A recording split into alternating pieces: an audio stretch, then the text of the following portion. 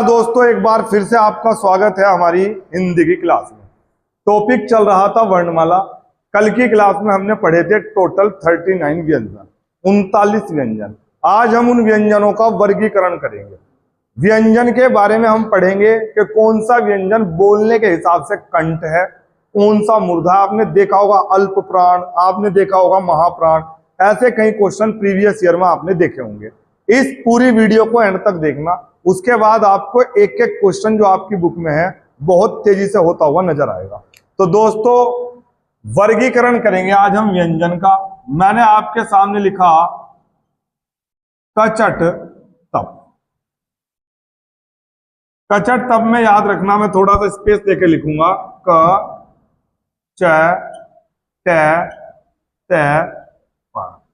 तो क में लिखू क ख ग घ अंग, च छ ज झ अय, ट ठ ड ध अण, त थ द ध न, प फ ब भ म। ये आपने कल पढ़े थे स्पर्श व्यंजन। कौन से व्यंजन पढ़े थे? स्पर्श व्यंजन। अब इस स्पर्श व्यंजन में याद रखना आपको 1 2 3 4 5। क्या याद रखना दोस्तों? 125 क्वेश्चन बना सकता है एग्जामिनर इस छोटी सी ट्रिक से। याद रखना, सबसे तेज चलने वाली बाइक का नाम है केटीएम। क्या नाम है? केटीएम। सबसे तेज चलती है केटीएम। मान ले के सबसे तेज कौन सी चलती है? केटीएम। मैंने यहां लिख दिया केटीएम। और एक याद रखना डीए। क्या याद रखना? डीए। केटीएम डीए, ये याद रखना केटीएम डीए। के से याद रख कंठ, टी से याद रख तालु, एम से याद रख मूर्धा, डी से याद रख दंत, और ए से याद रख ओष्ठ। सर क्या आया? समझ में नहीं आया। दोस्तों याद रखो, कंठ क ख ग घ अंग, ये काहे से बोले जाते हैं? कंठ से। तालु, जब आपकी जीभ ऊपर की तरफ लगे तो उसे बोलते हैं तालु। जैसे च छ ज झ अय, बोल के देख, च छ ज झ अय, तो क्या है ये? तालु। जब आपकी जीभ उल्टी होकर ऊपर लगे तो उसे बोलते हैं मूर्धा। ट ठ ड ढ अण। बताओ लग रही है कि नहीं लग रही? हाँ सर बिल्कुल लग रही। दंत, जब आपकी जीभ ऊपर के तरफ दांतों से टकराए तो बोलते हैं दंत। त थ द ध न। बताओ लग रही कि नहीं लग रही? सर मेरी नहीं लग रही, तो तेरी जीभ में दिक्कत है अगर तेरी नहीं लग रही। समझ में आई बात? जीभ लगना बहुत जरूरी है, क्योंकि ये सारा का सारा सिस्टम बोलने की कला से ही डेवलप हुआ है। ओष्ठ, जब आपके होठ आपस में टकराएं, प फ ब भ म, तो क्या हो गया? ये ओष्ठ। तो याद रखना, कंठ मतलब गले से उच्चारण, गले से उच्चारण। तालु मतलब जीभ ऊपर की ओर टकराती है। मूर्धा मतलब जीभ उल्टा होकर टकराती है। बोल के देख लिया, ट। दंत मतलब जब जीभ ऊपर दांतों से टकराती है। त थ द ध न। ओष्ठ मतलब जब होठ आपस में टकराते हैं। समझ में आया दोस्तों? तो आपने पढ़ा केटीएम डीए। बहुत शानदार ट्रिक है। सबसे तेज चलने वाली बाइक का नाम केटीएम और डीए। याद रखना ये पांचवा खाना, अंग अय अण न म। याद रखना ये पांचवा बॉक्स। मैंने इसको ऐसे कर दिया, पांचवे बॉक्स को। कल मैंने आपको बताया भी था ये वर्गीय व्यंजन है, स्पर्श व्यंजन। कौन से व्यंजन है? वर्गीय। याद रखना ये हिंदी के अंदर पांचों अक्षर, इसे बोलते हैं पंचमाक्षर। कुछ का मानना होता है कि अशुभ वर्ण है। कौन से वर्ण है ये? अशुभ। अंग अय अण न म क्या है ये? अशुभ। और याद रखना ये तो पेपर में आए या ना आए, लेकिन ये बहुत इंपॉर्टेंट है, अनुनासिक या नासिक्य कहा गया है इस पांचवें बॉक्स को। सर अनुनासिक और नासिक्य का मतलब क्या होता है? अनुनासिक और नासिक्य का मतलब होता है इनके उच्चारण में हवा नाक और मुंह से निकलती है। आप अगर किसी वर्ण को बोलते हो तो हवा निकलती है केवल मुंह से, हवा निकलती है दोस्तों केवल मुंह से। पर अगर आप इन्हें बोलते हैं अंग, बोल के देख अंग, तो हवा कहां से निकल रही? नाक से। याद रखना केवल नाक से कोई हवा निकल ही नहीं सकती, हवा नाक और मुख दोनों से निकलेगी। मुख का होना बहुत जरूरी है। ये बात इसलिए बोल रहा हूं, ये क्वेश्चन में पेपर में आया है क्या कि अनुनासिक का अर्थ होता है हवा नाक से निकलना। पहला ऑप्शन देगा, बहुत जालिम है वो चाहता है कि तू आए, तू वीरान हो, तू उलझे क्वेश्चन में। वो पहला ऑप्शन क्या देगा?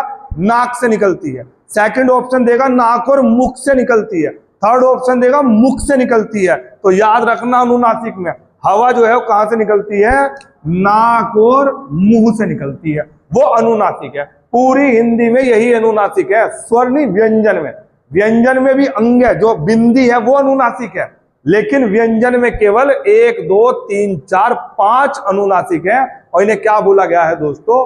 पंचमा अक्षर। क्लियर, समझ में आया? तो यहां से 5 क्वेश्चन आपसे पूछ सकता है, पंचमा अक्षर में अनुनासिक है नहीं है। सर मुझे एक बार ये बता दो क्वेश्चन कैसे आएगा? अरे क्वेश्चन तो इतनी तरीके से आ सकता है, आपसे पूछ लेगा कैसा क्वेश्चन। मैं अभी प्रीवियस ईयर का क्वेश्चन लिखता हूं। निम्न में से अनुनासिक वर्ण बताओ। ये आ गया क्वेश्चन पेपर में। निम्न में से अनुनासिक वर्ण बताओ। पहला ऑप्शन पे, सेकंड ऑप्शन बे, थर्ड ऑप्शन के, फोर्थ ऑप्शन में। ये आ गया क्वेश्चन। अगर दोस्तों आप पढ़ के नहीं गए, मैं लिख के दे सकता हूं, ये हिंदी है। ये इतना खतरनाक सब्जेक्ट है, या तो आपको हीरो ही बना देगा या फिर जीरो ही बना देगा बिल्कुल। अब देख कितने सेकंड का क्वेश्चन है ये, मुश्किल से 2 सेकंड लगेगी इसे करने में। और अगर ये नहीं पढ़ के गए हो तो इसी क्वेश्चन में उलझे रहोगे। अनुनासिक वर्ण कौन सा है? अनुनासिक कौन सा? अरे सर ने बताया था अनुनासिक 5 ही है व्यंजन। कौन कौन से? पंचमाक्षर। ये जो टेबल है ये हिंदी का सार है, KTMD है, जो कचट तक। इसे तो पेपर में जाके पेंसिल से बना लो ऊपर। समझ में आया? संधि से लेकर सारी ट्रिक इसी सारणी से आपको मिलेंगी। तो याद रखो कौन सा है अनुनासिक वर्ण, बताओ कौन सा है। तो इस तरीके के क्वेश्चन आएंगे। क्लियर? तो आज की क्लास में हमने क्या पढ़ा? उच्चारण की दृष्टि से कौन सा कंठ है, कौन सा मूर्धा है, कौन सा तालु है। मैं एक बार फिर बता रहा, कंठ जो गले से निकलता है, मूर्धा तालु क्या होता है? जब जीभ ऊपर की तरफ लगती है, छ छ छ। मूर्धा जब जीभ उल्टी होकर लगती है, कटक जैसी, ट ठ ड। और त जब आपकी जीभ ऊपर के दांतों से टकराती है, त थ द ध न। और पे फे जब आपके होठ आपस में टकराते हैं। क्लियर, समझ में आया? अब बात करते हैं दोस्तों, हिंदी के अंदर एक होता है अल्प प्राण।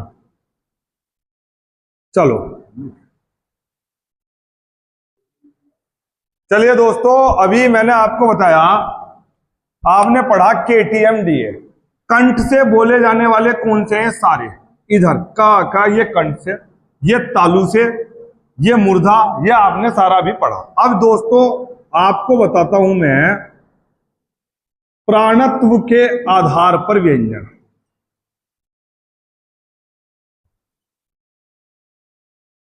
प्राणत्व के आधार पर मैंने स्वर में बताया था, एक होता अल्प प्राण और एक होता महाप्राण। नंबर 1 अल्प प्राण। मैंने आपको बताया था सारे स्वर अल्प प्राण है। अल्प प्राण वो है जिनके उच्चारण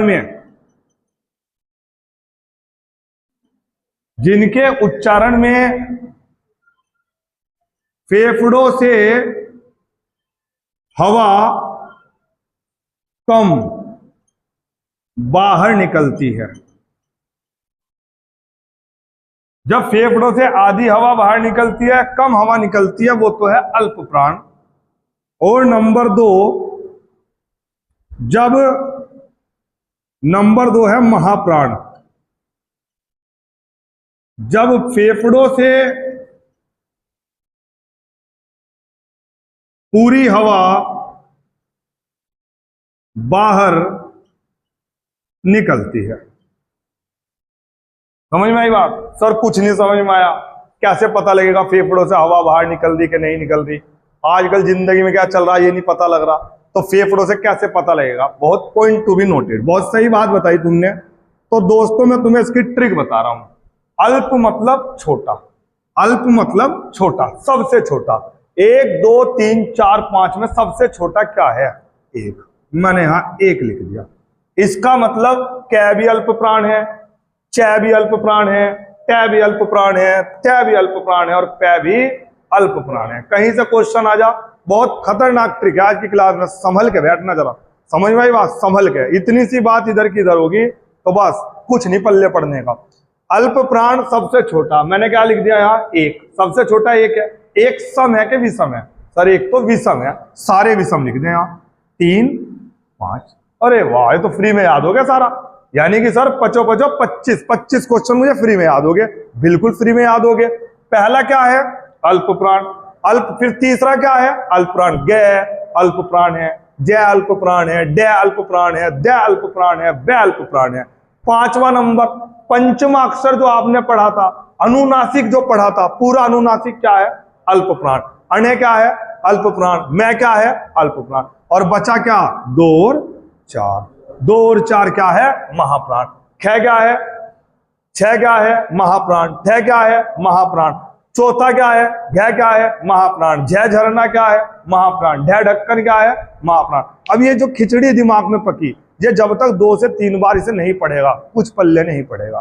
तो आज की क्लास में मैंने बहुत अच्छे तरीके से तुझे बताया। सबसे पहले मैंने बताया व्यंजन।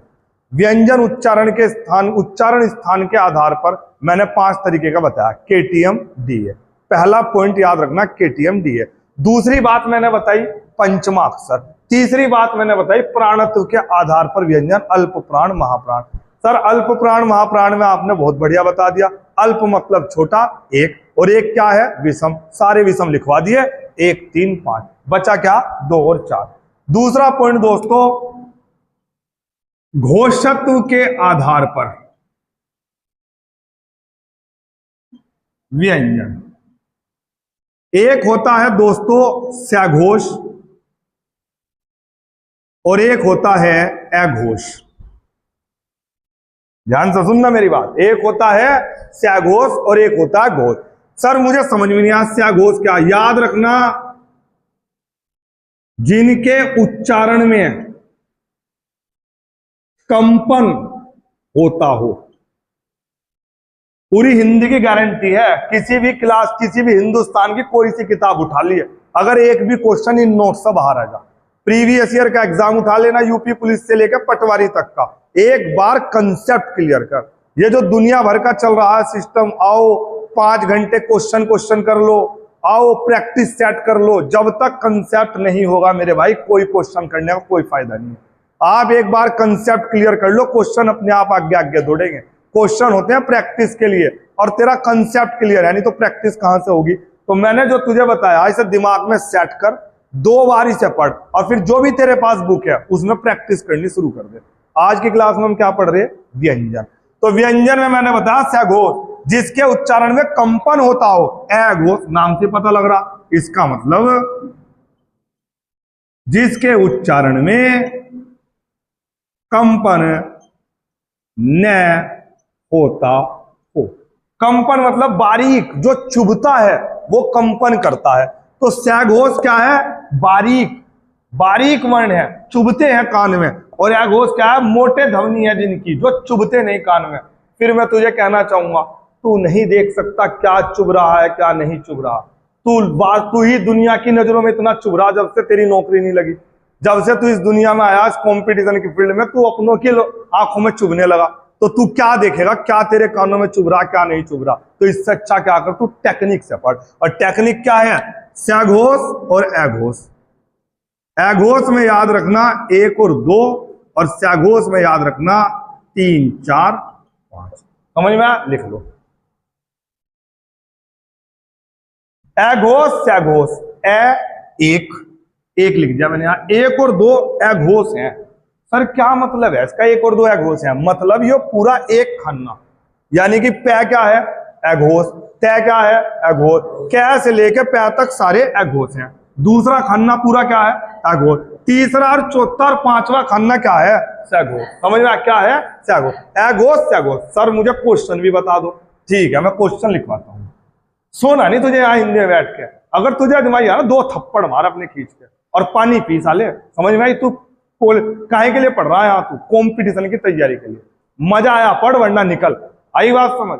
दूसरे तैयारी में बैठे सिलेक्शन लेने के लिए, तू अकेला नहीं है। तो बेटे संघर्ष तो करना पड़ेगा। अगर हिंदी पढ़नी है, पूरी हिंदी की वीडियो सारी डाल लूंगा मैं, A to Z सारे टॉपिक, क्यों लिख के दे रहा मैं बात। एक भी कंसेप्ट पहले पढ़ लेना और उसके बाद जो भी तेरे पास बुक हो, आदित्य की हो, लूसेंट की हो, ज्ञानपीठ की हो, कोई सी किताब तेरे पास हो हिंदी की, ले आ घर पे और प्रैक्टिस करनी शुरू कर दे। मैं कोशिश करूंगा कुछ क्वेश्चन शेयर करने की, कोई ऐसा लिंक बनाऊंगा कि टेलीग्राम वगैरह पर वो लिंक डाल लूं, आपको क्वेश्चन भी मिल जाए। फिर आप उन क्वेश्चंस को करना और फिर मुझे बताना कि इसमें से क्वेश्चन मिले कि नहीं मिले। अब सर मुझे अघोष सघोष अल्प प्राण महाप्राण समझ में आ गया, बस एक बार ये भी बता दो क्वेश्चन कैसे आएगा।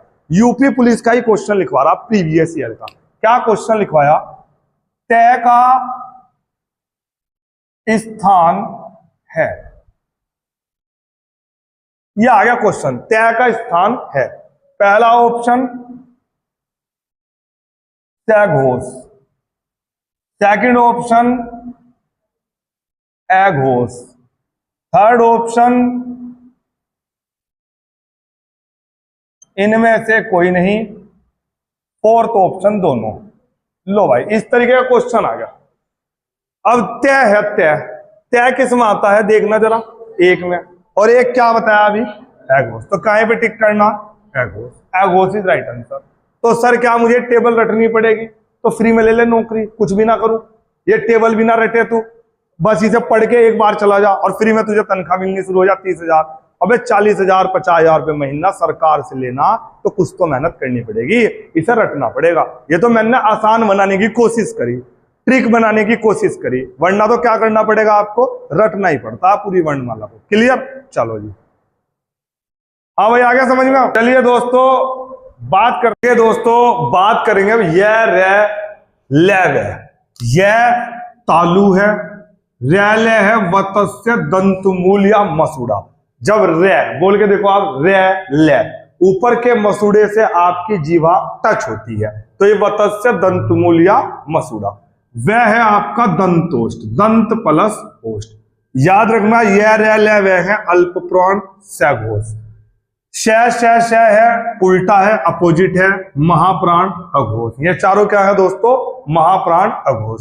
श दंत है, श मुर्दा है, श तालु है, और है क्या है दोस्तों, कंठ। बस है इंपोर्टेंट है, ये चारों ना होके 3 अघोष हैं, श अघोष है, और है आपका क्या है, संघोष। तो है महाप्राण संघोष है। और याद रखना दोस्तों अगर घोष लिखा हुआ है, खाली घोष लिखा हुआ है, तो इसे सघोष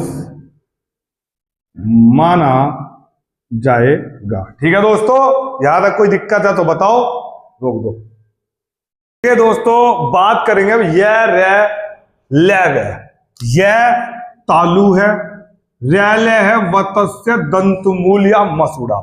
जब रे बोल के देखो आप, रे ले, ऊपर के मसूड़े से आपकी जीवा टच होती है तो ये वतस्य दंतमूल या मसूड़ा। वह है आपका दंतोष्ठ, दंत प्लस ओष्ठ। याद रखना यह रे ले वह है अल्प प्राण सघोष। श है उल्टा है, अपोजिट है, महाप्राण अघोष। ये चारों क्या है दोस्तों, महाप्राण अघोष। श दंत है, श मुर्दा है, श तालु है, और है क्या है दोस्तों, कंठ। बस है इंपोर्टेंट है, ये चारों ना होके 3 अघोष हैं, श अघोष है, और है आपका क्या है, संघोष। तो है महाप्राण संघोष है। और याद रखना दोस्तों अगर घोष लिखा हुआ है, खाली घोष लिखा हुआ है, तो इसे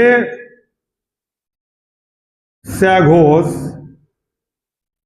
माना जाएगा। ठीक है दोस्तों। दोस्तों तो मुझे उम्मीद है कि आपको बहुत अच्छे से समझ में आया होगा। कोई भी दिक्कत तो दोस्तों बताते रहना, मैं कोशिश करूंगा कि आपको सारी हिंदी का बेस्ट से बेस्ट कंटेंट दे सकूं। ठीक है दोस्तों, मिलते हैं जल्द। जय हिंद, जय भारत।